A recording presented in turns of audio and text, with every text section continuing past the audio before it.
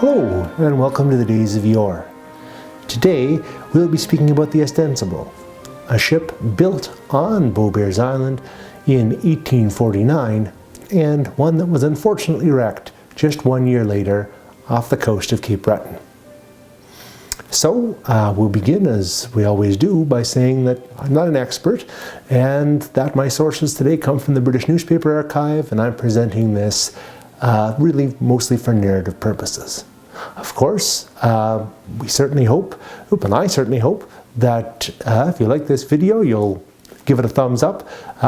Consider subscribing to this channel and have a look at the Patreon below if you'd like to and you're able to sponsor us on a more consistent basis. Thanks so much. So, we'll begin. The Ostensible was built at the Joseph Russell shipyard in 1849. 1849 was a very difficult year for Joseph Russell. By this point, he had already decided to sell Beaubears Island in hopes of gaining more money for the Church of Jesus Christ of Latter-day Saints. So, unfortunately for Joseph Russell, he could not have chosen a worse time to put Beaubears Island up for sale. Revolutions in Europe and uncertainty at home, especially after the bankruptcy of Joseph Canard, meant that the market was not great. Even with the repeal of the navigation laws and the introduction of free trade by the end of that year, prospects for a sale of Beaubears Island were not great. And as it happened, it wouldn't be until 1850 that John Harrowing and George Burchell were able to buy Beaubears Island from him, and probably at a substantial loss. So the Ostensible began its service, like a lot of the ships that were built on Beaubears Island at that time, in Liverpool. So Joseph Russell and Harley and Burchell after him usually built with guaranteed contracts. So they would build a ship with security, knowing that they had a sail ready once the ship was finished.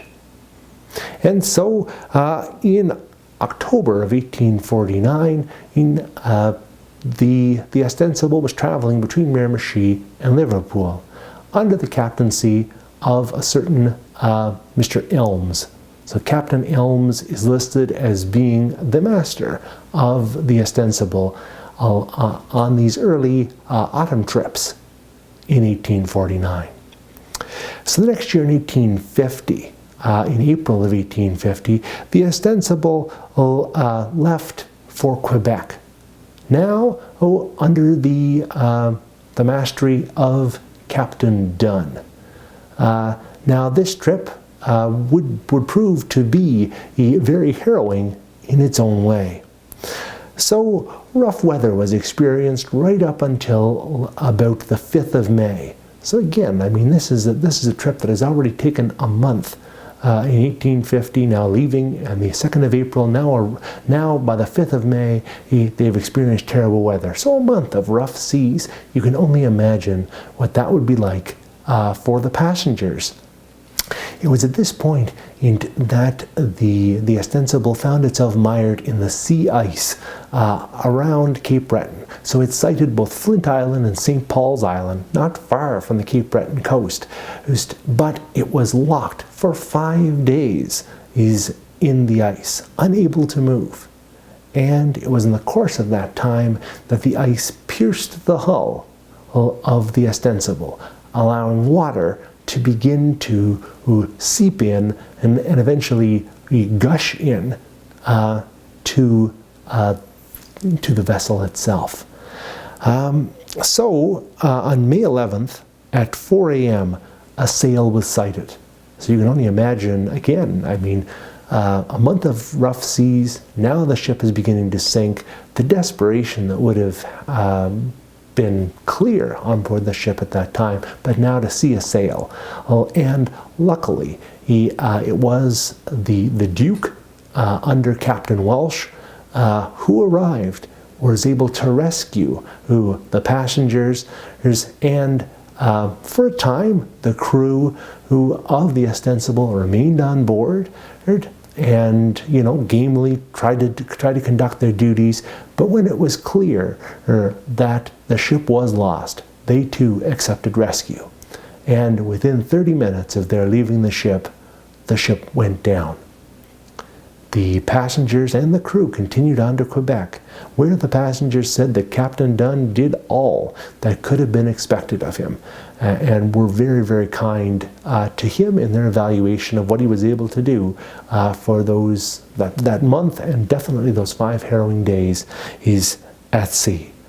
Everyone arrived in Quebec by the 18th of May, and it was a story with a happy ending. So at this time, I would like to turn this presentation over to my colleague and longtime friend of Beaubears Island, Cindy Rule, who has written a beautiful song about the wreck of the Ostensible, entitled Bird Song.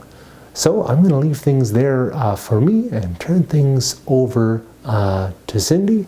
For the Days of Yore, I've been Dr. Sean McCarthy. We hope to see you next week. Take it away, Cindy. We said goodbye on shore so far away, and I promised you that I'd be back someday with my fortune made. I would ask you for your hand, and I'd build our home on a lovely piece of land. But the sea is rough, and it cares not for my plans, and its friend the wind takes the ship where it demands, and we met with ice, and it holds us tight and fast, and the able crew cannot get us past. I hold my breath, I feel my soul, I hear the music of my home, and I hear bird song, I feel strong wind, I see shadows on the land. I hear springtime, I hear laughter, feel the softness of your hands. I will not think of what lies beyond, I think of you, I think of home. And I hear bird song, I hear your voice, and I will not die alone. Now I'm stranded on the ship so far from you, and the ice is strong. It will tear this ship in two. It's now just a wooden box with water near the beams. It's just sawed in two, ship of broken dreams. I hold my breath, I feel my soul, I hear the music of my home, and I hear bird song, I see green hills, I see lightning cross the sky, I see your smile, feel your touch, brush the hair out of your eyes. I do not think of the great beyond, I think of you, I think of home. And I hear bird song, I hear your voice, and I will not die alone.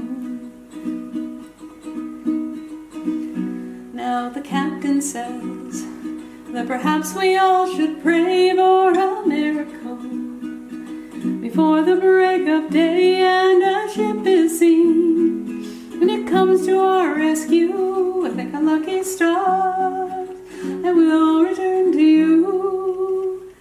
I hold my breath, I feel my soul, I hear the music of my home, and I hear bird song, I feel heart rain, feel smooth bark on the trees. I see your eyes, see your arms, your love is around me. I do not fear what lies beyond, I have you and I have home.